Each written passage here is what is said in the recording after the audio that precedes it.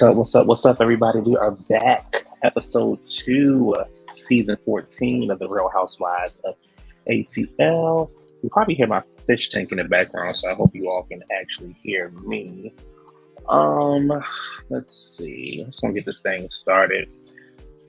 So tonight was another good episode. We are starting to unravel some feuds coming along, some tensions between the relationships, and we are seeing people in different lights. So the show opens up with Sanya Ross, the track star, the newbie, and she's in the kitchen unpacking. She's unpacking in the kitchen.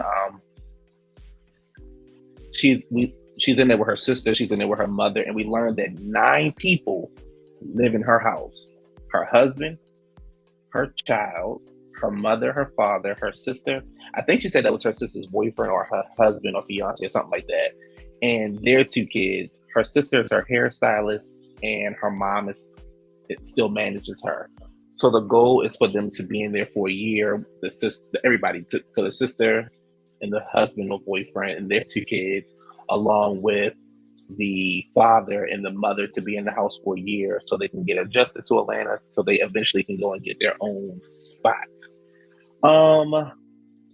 It was weird because they started arguing, not really arguing, but you can tell that the mother is kind of controlling still, because they started talking about one thing and the mother was like, well, I'm not talking about that. And it was like, no, I'm sorry. She asked the sister, Sanya asks her sister, how does she feel about being in Atlanta? And she's like, I'm getting adjusted. I'm used to having my own space. And then the mother makes a comment. And she's like, well, she's asking me about my experience, not your experience. She's asking about my experience. So we can see the dynamics there about how that is starting to play out. It was a nice little scene, nothing major, something to get the show started. Then we move on to the chateau. Shereé Chateau Shereé. What do you see? Sticks and grass. But the chateau is completely finished. Kenya has not been inside Sheree's house in, I think, 4 or 5 years. The last time she was in there, Sheree's basement wasn't finished, but Shereé was like, I'm going to gag her. I'm going to go take her downstairs to the basement. Inside of Sheree's basement, there's a bar, there's a spa, there's an entertainment room, there's a lounge. So Shereé did her thing. I've always said this about Shereé. I always thought that Shereé should have an interior designer company, and that she should have that business and start designing other people's houses, because the way that Shereé has designed her house, I mean, it looks like something out of a magazine. Shereé has excellent taste, and her house proves it. So they sit down, they immediately go into Marlo's event. Kenya is still reading Marlo. So, for now, I'm going to say that Kenya has started this beef. I'm saying for now. This might be like lightweight compared to what we're going to see later in the season. But as of now, Kenya is starting it. She's talking about Marlo's edges and how it was really a wig, which we all knew that, but how it was really a wig and things like this. And my whole thing is, if y'all are friends, I think that y'all should just keep it cute, keep it cordial, and keep it moving. I don't think that y'all should go into much more than just that. Let me see what else. So they talk about that. We learned that Drew and Shereé had the same assistant, which I think this is the part where this is going to be the beginning of the Drew and Shereé beef, because of this assistant, which we've seen the assistant last week. He was doing the most. He definitely wanted the girls. He was doing way too much, especially because you're on camera, but you don't want to make it look like you're on camera. It was just too much. It wasn't too much. He was getting on my nerves. But he's basically going back and forth between the households and talking about, he's running over there to Drew and saying, Shereé, blah, blah, blah, blah, blah. I'm sure he probably ran over to Shereé and blah, blah, blah, blah, blah, blah, blah. He's telling business. He's telling what's going on inside of those households. And The easiest thing for me to do when it comes to Shereé, because it's just been probably since maybe season three, maybe season two. I think season three. The easiest thing is talk about Shereé doesn't have any money. So of course he says, "Oh, Shereé owes me money." I mean, that's an easy go to. Do we know if it's true or not? I don't know. Do I care? Not really. But that's going to be the start of their beef. I just turned myself down. All right. So that's going to be the start of their beef. Um, yeah, maybe it'll. I don't know. Up next is Born as Drew. They eating dinner. The dinner actually looks really good. She has a pretty house. She has a really, really pretty house. I forgot what her other house looked like, but this is the house that they moved into, and it's really, really nice. And they start talking about the Instagram model, and I mean not Instagram model, but the she found the assistant Instagram. Of course, the assistant is the one who said she wanted to give Ralph a massage because Ralph said his back was hurting because he's a guy, and blah blah blah and blah blah blah. He says he fired the assistant.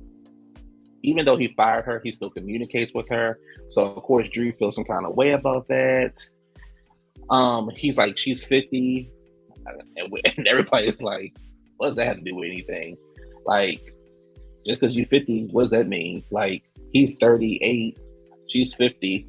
It's not much of a big age difference. And on top of that, just 50-year-olds looking younger than some damn 30-year-olds. So I don't know what the point of him saying she was 50, but okay. And they pretty much are still going on with this storyline. I don't know if I believe it. I don't know if it's a real storyline or a fake storyline. I just know that he's an asshole, and he definitely talks to her crazy, and she dumb enough to put up with it. So that's that. He was saying, just because I fired her doesn't mean that I stopped communicating with her. And she's like, and then he said, I want you to tell me to never speak to her again. And she's like, I'm not going to tell you to never speak to her again. I want you to do it on your own. I want you to be respectful and do it on your own because I don't want you to resent me. And then he says out of his mouth, it's a lot of things I resent you for. So last week he said, if I had to choose between my goals and my family, I'm going to choose my goals. This week he says, and then he says some more stuff later on in the episode, but this week he says, it's a lot of things I resent you for. So we already got two negatives, plus all the shit he said last season. So, okay. Okay. I'll get into him later on. Let me continue with this before I really dig into say how I feel. Kandi and Tyler up next. We learned that Kandi is a producer of a Broadway play called Thoughts of a Colored Man. I have not seen the play. I've heard nothing but great things about it. I don't know how much of a major role she plays in it, but I have heard nothing but great things, getting some really, really great reviews. So I would say check it out. Check it out. I'm not sure how long it stays on Broadway, but it sounds like she might got a winner on her hands with this one. Lost my spot. So her and Todd start to have some back and forth about, she's like, when you go out of town, things just don't flow correctly. And he's like, well, you go out of town. And she's like, well, I go out of town for business. He's like, well, I go out of town on the vacation. I guess when Todd is not involved in stuff, there's no need for him to be around, which kind of makes sense. Like, if you're going to do something and it doesn't involve me, then I don't really need to go with you all the time, I guess, if that makes sense. But okay. So then we find out Todd has an empty apartment back in Jersey that he used to have with an ex that he dated like 20 years ago. They broke up. They had bought a place. They broke up. She never refinanced to get his name taken off of it. So he ended up paying the place off, and he now owns a condo in Jersey. Cool. To me, it sounds like more money. We know how much Kandi loves money, so I don't know what the problem is. But he wants her to come to the place. She doesn't want to go to the place. He's like, it's empty. There's no reason. Like, it's our spot when we in New York, New Jersey, we can stay there, which makes sense because then you don't have to rent out hotels and stuff like that. But she feels some kind of way because his ex used to live there. But I'm like, he moved into your old house when you had your exes and stuff. So I don't understand what it is. And I just feel like Kandi and Todd ain't got shit else to talk about. So Now we talking about this. We learned that the indoor pool is still not done, and she's like, she feels like he's spending more. It's more important for him to get his stuff done than the stuff in the house. They just ain't got nothing else to talk about, to be honest with you. And Kandi's my girl. I like Kandi, but I'm starting to agree with other people. Kandi can probably make this her last season. Not because she's not good for the show. She just ain't got nothing else to talk about. We go to a scene, we do like a whole bunch of different scenes, and then we stop at one scene where Drew is in the backyard working out. Looked like she was playing around in the backyard. And then we see the assistant with these tight ass jogging shorts on. He's just so happy to be on part of the show, y'all. It's ridiculous. Ralph tells her to clear her schedule because they need to get back to being them and get back to loving each other and all that bullshit. Next, Todd, Ralph, and Aaron all meet up at Blaze, the steak restaurant that Todd and Kandi own. They are basically out to have guy talk. They start talking about kids. Aaron talks about how he really wants a child, but he doesn't think that Sanya is down for it, which I'm sure we'll get more into that as the season continues to grow. Then they start clowning Ralph about the assistant and how Ralph was like, well, I couldn't find an assistant in Atlanta. And they're like, all these assistants and all these massage places, you couldn't find one in Atlanta. And they're just clowning him. And Ralph's professional. He has on all this he put the whole bottle of Beijing on his head and on his beard. He looks a fool. He acts a fool. And I don't know how let me move on. Up next is a scene that I really, really like. I really like Marlo in this element. I like her when she's with her nephews and when she's giving her backstory about how she grew up and, how she grew up in the hood. She went to, St. Petersburg and how she ended up in foster care. Her mother was in the house doing drugs and things like that. And we really are starting to learn stuff about Marlo from her, like her actually telling us and not from us just reading stuff. So that's good. She's with her nephew, Michael, and they are getting ready for homecoming. She's super excited. He's super nervous. I don't know if he's super nervous because he was just nervous for the homecoming or if he was nervous because the cameras were around. But you could tell he's super nervous about, about this. And he probably was a little bit of both. And it was one point where he was like coming to her and saying, they never really had the sex talk, the birds and bees talk. But he was saying that something was going on down in that area. And she was like, let me call Justin, who was her manager, but a guy, so that he can have that male figure in his life to have those conversations with that either she doesn't want to have or she's just too shy to have. So that's good that they're around. Like I said, I really, really like this scene. He came in a nice little blue tux and everything like that. And it was just a really, really, really, really good scene.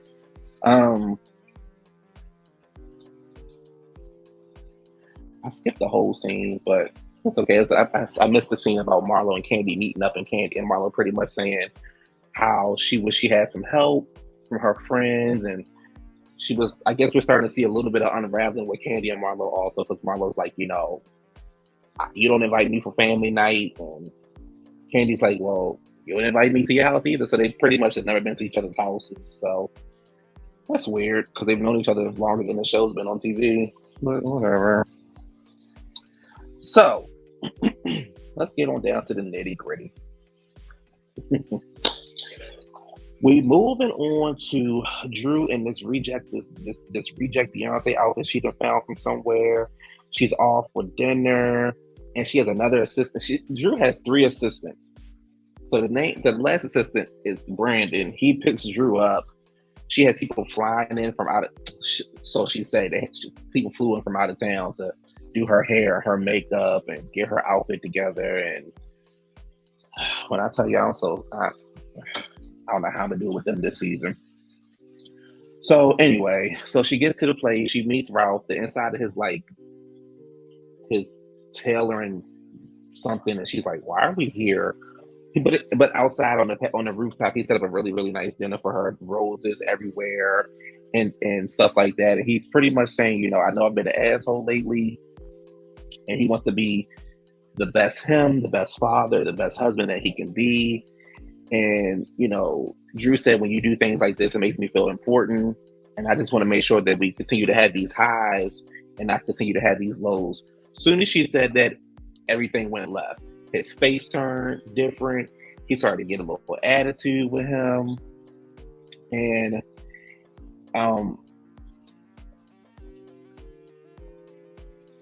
he talks about how he had to put God first, then himself, then his wife, then his kids, because it used to be everybody else in front of him. No, I do agree with that part. I feel like if you don't put yourself first, you're not gonna be good for anybody. Whether it's a friendship, relationship with your parents, work relationships.